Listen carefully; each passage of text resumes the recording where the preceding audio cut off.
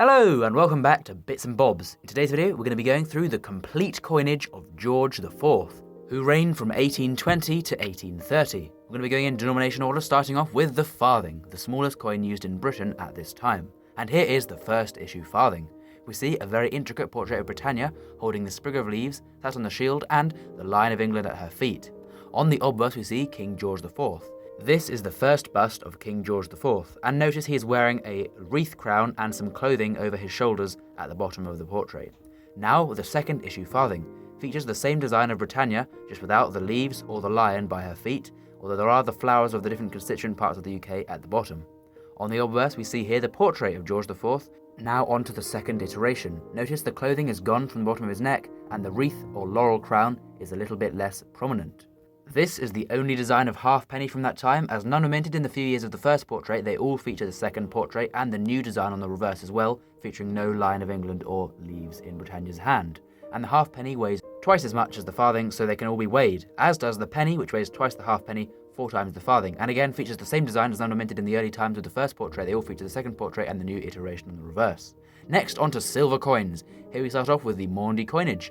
George IV was the first king to feature on the obverse of the new standardised Maundy coins, the designs we see here and recognise. Notice on the 3p his portrait is a lot smaller in proportion to the others. That's because of course the 3p did circulate, and so at this time his portrait was smaller on the Maundy coins to distinguish a Maundy from a circulation coin, something that only happened in his reign. So that means we can look at the obverse of this 3p and know that it is a circulation type, as the portrait is quite big, almost touching the sides of the coin, whereas if it was smaller it would be the Maundy issue. And now onto 6p. This lovely and intricate design features a floral royal shield with the Hanoverian shield inside. Both shields are crowned and there are floral emblems around the side. And the first portrait of King George IV is seen on the obverse. This is the second type 6p, and we see a more uniform shield with the Hanoverian shield inside again. The royal garter and the date also feature on this coin. The obverses, as I said, do feature the first portrait of George IV, although the clothing has been removed on these designs of the 6p.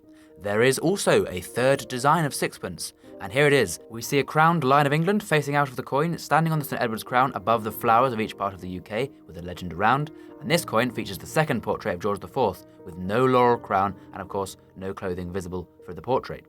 Now on to shillings. Here is the first design of shilling, which you recognise. Here is the second design of shilling, which you also recognise. And now you might guess it, here is the third design of shilling.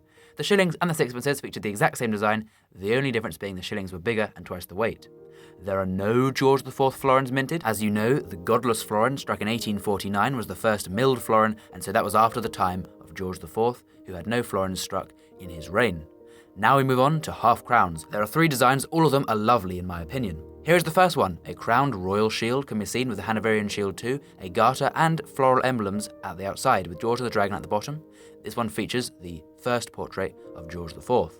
The second design is here. It is the same design minted onto the 6p and shilling, but of course on the half crown it will be much bigger and very, very nice to see all the lovely and intricate details struck onto this beautiful coin. And of course the obverse here still features the first portrait of George IV. And now onto my favourite coin, the George IV third type half crown. Here we see a lovely rendition of the Royal Shield of Arms with lots of flowers and emblems around it and the Latin banner at the bottom. This coin features the second portrait of George IV on the obverse and the date under the King's portrait. And now onto crowns, the largest silver denomination struck at this time. These coins feature the classic Benedetto Petrucci George and the Dragon design, seen on sovereigns and crowns alike over a very long time. And this coin features the first portrait of George IV and none were minted in the latter part of his reign.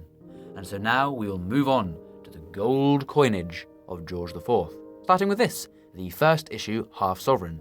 This is a design that was not minted very much, and you may have never seen this design on half sovereigns, as it is a very rare type. We see another design of the royal shield with the Hanoverian shield inside and the date at the outside.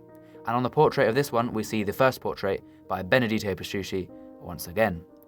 Here is the second issue half sovereign, and again you may not recognise the design as it was only minted for a few years in this time period. We see a crowned royal shield with the Hanoverian shield inside, the date outside and the flowers at the bottom. It looks very uniform and tidy, making it an attractive coin. Next up is the third issue half sovereign, this time featuring the second portrait of George IV and a new design for the royal shield, featuring some ornamentation on the outside, but of course the St Edward's crown at the top, and the legend is around the outside. So, now on to the gold sovereign. First up, we see this design, a classic by Benedetto Pesciuti. We've already seen this one in the video, but this time it's on the sovereign. This is one from 1821 and features the first head of George IV, as we see here, which was also designed by Benedetto Pesciuti, so he designed both sides. The portrait was changed in 1825 to the second portrait, as was the reverse design, to the same ornamentation shield on the outside with the crown on top as the half-sovereign, making them have the same design in the latter part of George IV's reign. And now on to the bigger gold coins. Here we see an 1823 double sovereign coin. The double sovereign did feature the Benedetto Pesciuti George and the Dragon design on the reverse, the classic for all sovereigns. But breaking news, the portrait of George IV on the obverse was a different one we hadn't seen before, and only features on the double sovereign. I don't know why this special portrait was used on only the double sovereign, but it does make for interesting collecting. And now on to the 5 sovereign piece. This lovely design is very worthy of a zoom in, to see this intricate design of the royal shield behind the royal cloak, crowned with so much detail of lions and crowns and royal emblems that it would take an hour to talk about this lovely design. So, comment down below your favourite George IV coin we've seen today. Please do subscribe, as we truly appreciate it, and watch more of our videos, as I'm sure you'll enjoy them. And thank you for watching this video. I do hope you've enjoyed this one, and we'll see you next time on Bits and Bobs for some more coin videos. Bye!